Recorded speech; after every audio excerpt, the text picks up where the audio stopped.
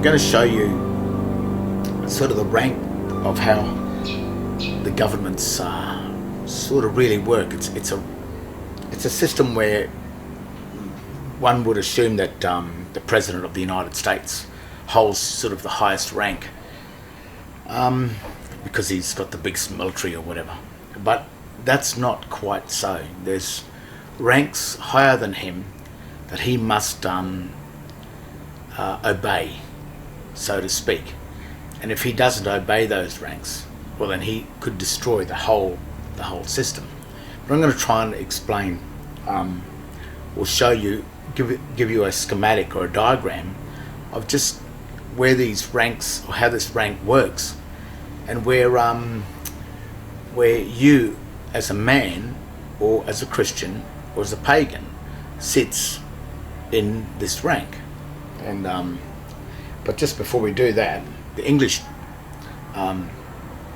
explanation of this word here, it just simply says a system in which members of an organization or society are ranked according to relative statutes or authority. Now there's two things happening in there: relative statutes or authority.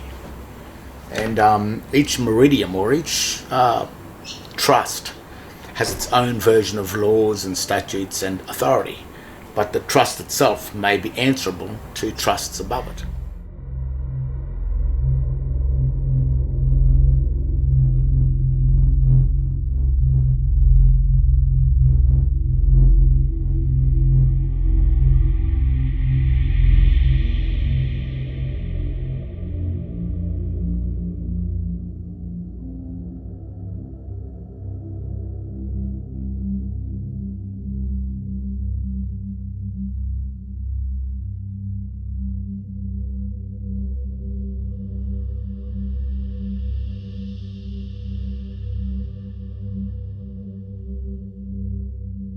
And that's the other thing, where some government workers and some police officers and what have you, even some lawyers, are not quite understanding this,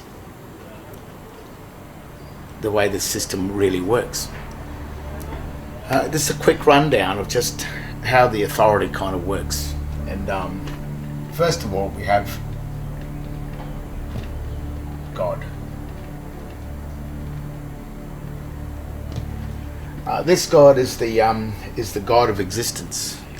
This God is the one that created all the things that we can see, the world, and that God is the one that we don't really understand. We'll never really comprehend how this whole thing exists or is made, and we don't really have any ability to question that either, because even in trust law, as the hierarchy goes down,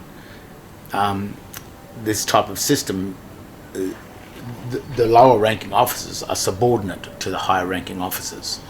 So we'll just see this. Now, even in the Bible it says never put God to the test, because of the type of system that we're dealing with. It's a trust law system.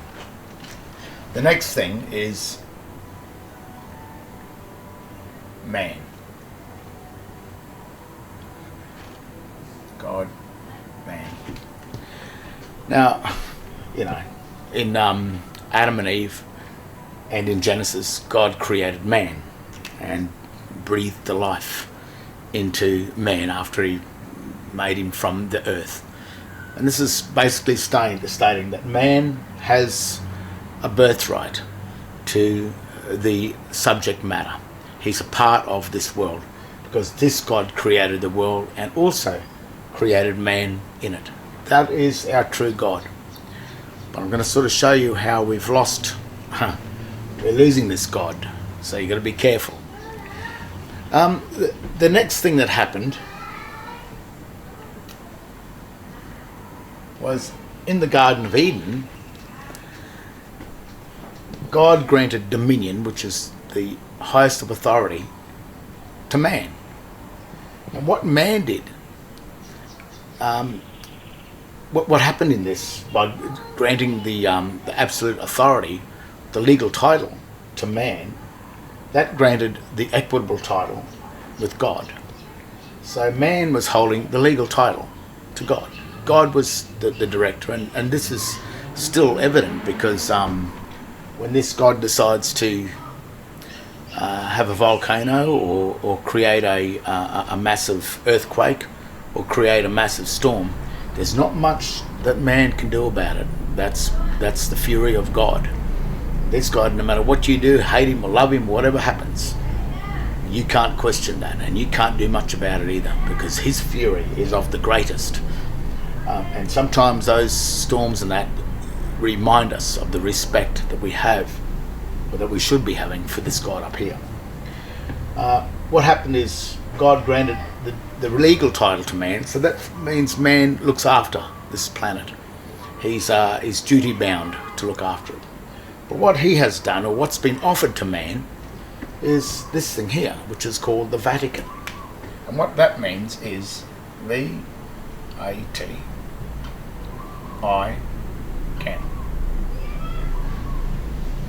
Vatican, which means that I can, which means holder I can. And that's the third rank down. And this is the beast of burden. And he's offered this up to man, and what he's said is, you give me the legal title, and I will give you the equitable title, and I will then serve all the debts, settle all the debts of the meridian of the Garden of Eden, which is the earth. So then he controls the, he looks out, he's the debtor, becomes the debtor of man. But man created this. God didn't create it, man did.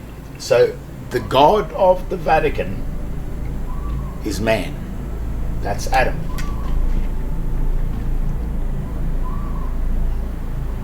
That means man. Adam means man. Now, why would someone want to pay the debts of man? And that's because this people here, it knows how to confer the debts of man back onto man. Now the next hierarchy down is the debtor. So the Vatican creates a debtor for the Vatican. Man created the debtor to pay the debts of man. It's the Vatican. The Vatican creates a debtor. Babylon.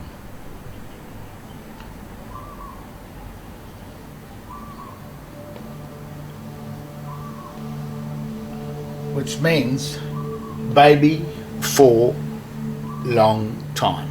That's what Babylon is. Baby and long, L-O-N. In Latin, it's just child, and lon, L-O-N, means for a long time. And that's probably what the surnames and the infant surname, an infant, so that when you're born, you're birthed into this state of Babylon here, which is really also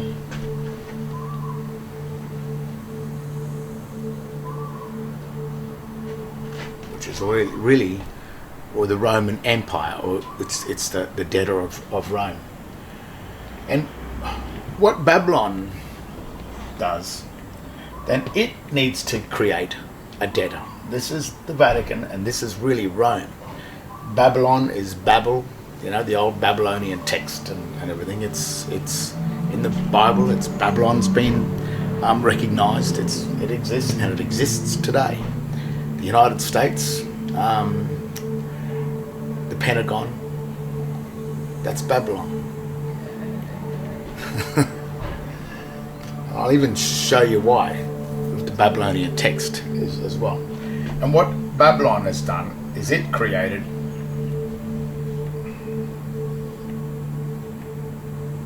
a creditor and a debtor. Creditor and a debtor.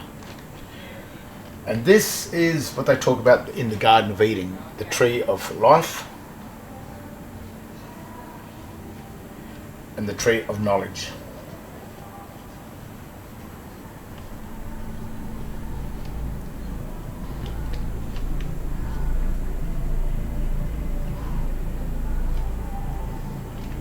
Tree of life, tree of knowledge, creditor, debtor. And these two things were accounts. So Babylon had to create a remedy inside this, and to get man to pay his own debts is to turn man into either the debtor of Babylon, so that Babylon could be the debtor of the Vatican, so then the Vatican could be the debtor of man, so that man is the debtor of God. But what this thing here is trying to do is get rid of man, because this is the serpent, the usurper. It usurps in, and if it can get rid of man, then all of the debts that are paid to Babylon and then to the Vatican, if man isn't there, then he gets to keep the loot, keep the gold, keep all of the debts of man. Vatican, the very symbol is also Vat I can, holder I can, and holder is like a valley, which is the banks of a river. It is the first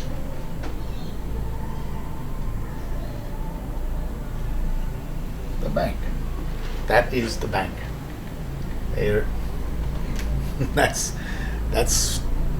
that is the director of the flow of current, the currency, in relation to a charge, when charges are forced against us.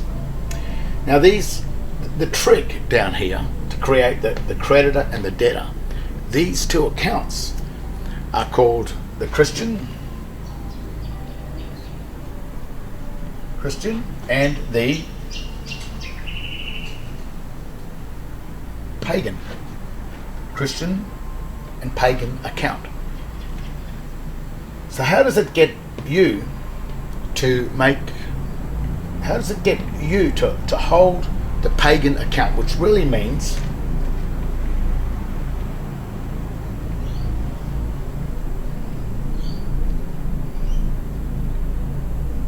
the pay again account. Pagan, pay again. So why this is paying again is because man's already paid. It's already, his debts are paid by the Vatican.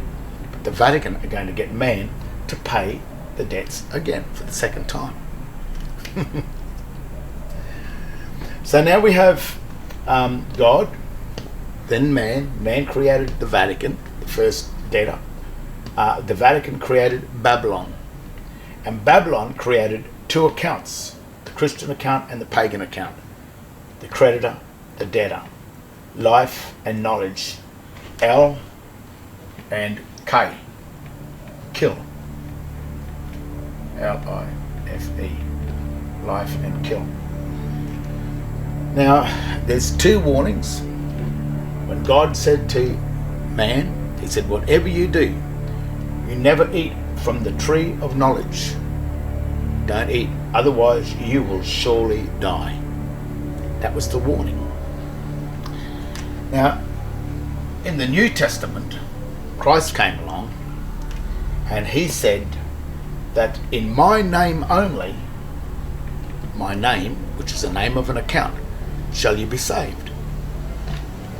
My name only. So now we have these two accounts, which is the creditor, the debtor. The tree of life, the tree of knowledge, life, death. Death, life. They're called accounts. So this account is the account of the creditor. This is the account of the debtor. Now, how do we get man to hold the accounts of the debtor?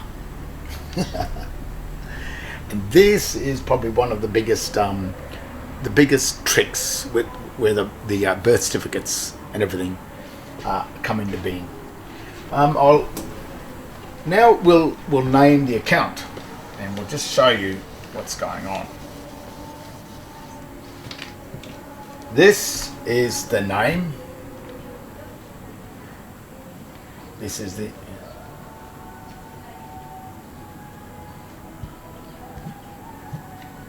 name and surname. Have you noticed that's on your birth certificate?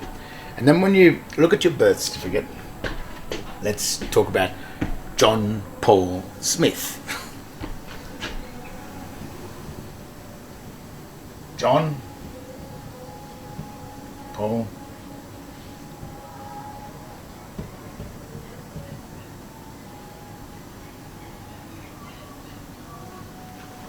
When you look at your birth certificate, you're going to see this, and it will say name and surname. Now that's what you will assume, but there's no surname on that document, on the certificate of birth. But there is a name, John Paul, as your Christian name or given name, and then it says surname, and then that's where the Smith will be, the surname. That's made you sort of assume that's your surname. And then when someone asks you, like a police officer or someone from the state, from the Babylonian state, which is the, at the moment, it is probably the United States Securities and Exchange Commission that owns all of the nations of the world, as well as Canada and as well as Commonwealth of Australia and as well as the United States. Babylon owns these things, and that in modern day is more than likely the US Federal Reserve, which is that bank, and the United States Securities and Exchange Commission. So if you go into Canada or Commonwealth of Australia or any of the corporations, the Commonwealth Bank of Australia, Microsoft, if you look at these companies, Kentucky Fried Chicken, McDonald's, they are all registered to the United States Securities and Exchange Commission. So they all stem from the one world government, Babylon. Now, when you look at your name, John Paul Smith, if you're illiterate and you don't know what's going on and you haven't been taught how to read the signs at school, and just remember what Christ said. He said, "In my name only shall you be saved." And then the other thing he stressed was, you must learn to read the sign. Because there's two things happening in this: English and sign. That is called a Babylonian, or it's actually called a Latin or ancient Latin symbolic text.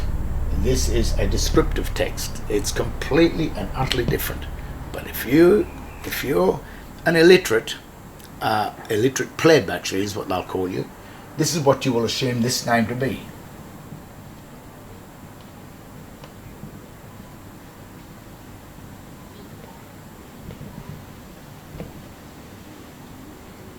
So when a police officer comes to you and says, "What's your name and your date of birth?"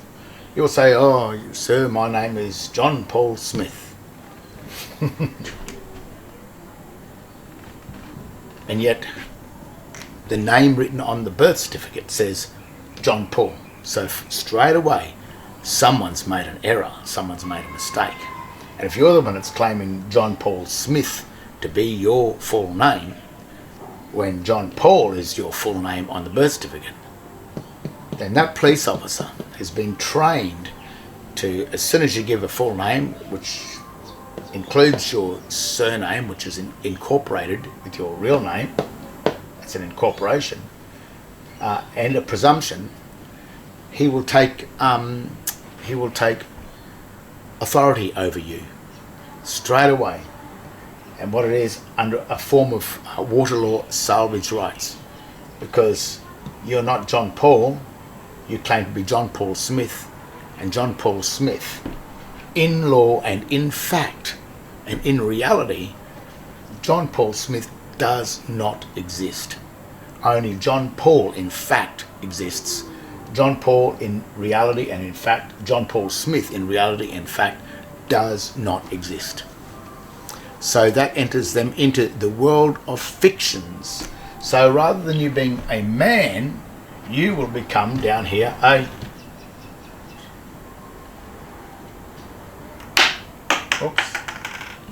human. A human, which is the colour of man. Now, when you look at the dictionaries again, a human is a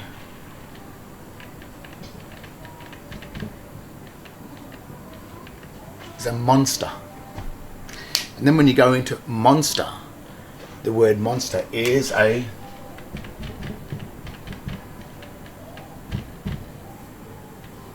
fiction. A monster is a fiction. John Paul Smith is a monster because he is a fiction.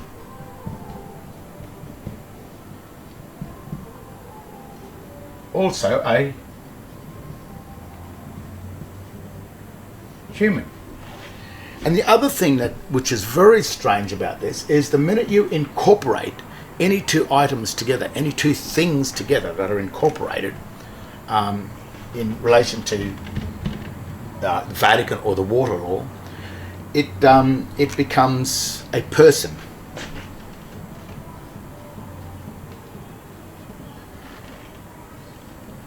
And a person is a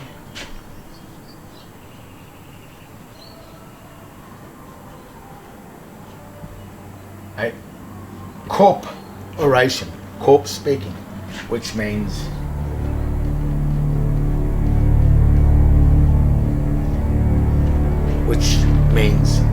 dead. So through your own ignorance, what you're stating here is that you are the surname who is dead. Now, no one forced you to do this. You did that. You claimed your name to be the incorporated name because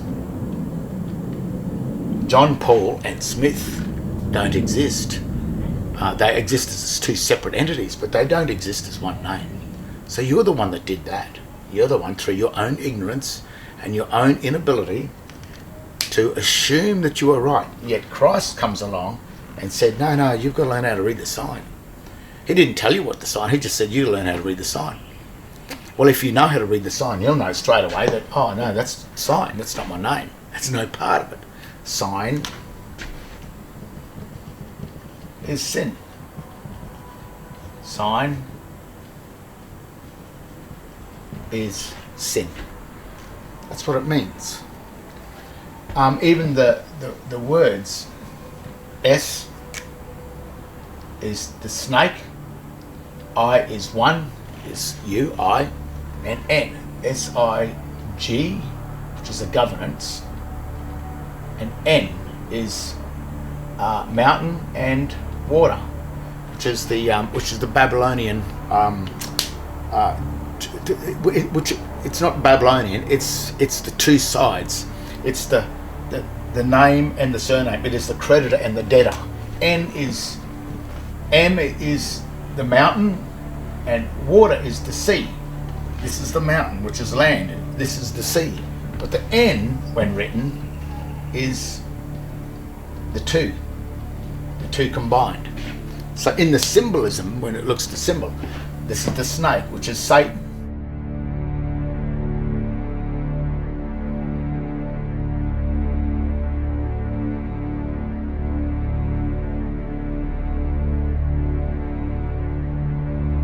You've become dead through your own false presumption that you thought that your name, John Paul, with the all uppercase symbolic Smith, was one name.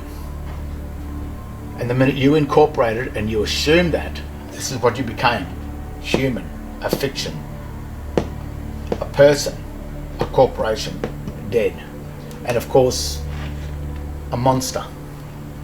And monsters have to be controlled under statute law. So you've been under the control of statute law, which is not free will, which is under what Satan wanted. You're under the control of Satan. And Satan did not give man the free right to make a choice. God gave man the free right to make a choice, to enter into the debtor or the creditor. But how you make that choice is by learning what Christ said, by studying the Bible and working out how the Adam and Eve trusts about in relation to 1:26 of Genesis, where God granted dominion to man over the land, the air, the sea, and the thing that creepeth. Now, if you put surname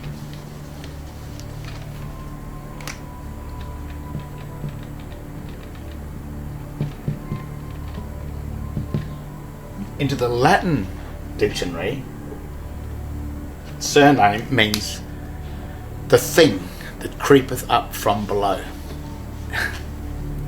So what's happened is man has been given dominion over the surname, which is the person, which is the human, which is the fiction, which is the dead corporation. But if you hold any sort of document from the government, such as a driver license, a bank card, or a bank account, or even hold the legal title to your home, if you hold any one of those things, you're dead. You're in the tree of knowledge. You're a debtor.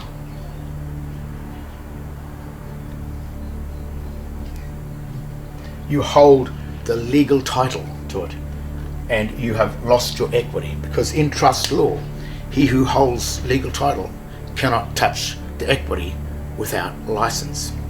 And this goes right back to the Garden of Eden, because when Adam ate from the fruit of the tree of knowledge, which is the tree of the debtor, when he applied for the credit card, the minute he did that, he was thrown out of the first garden, and the only way he could get back into the Garden of Eden was under license.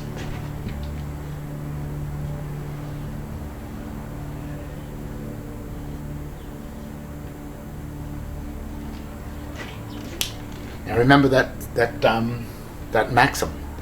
He who holds legal title cannot hold the equity without license. And the license to hold the equity is granted from Babylon, which is the Vatican, which is the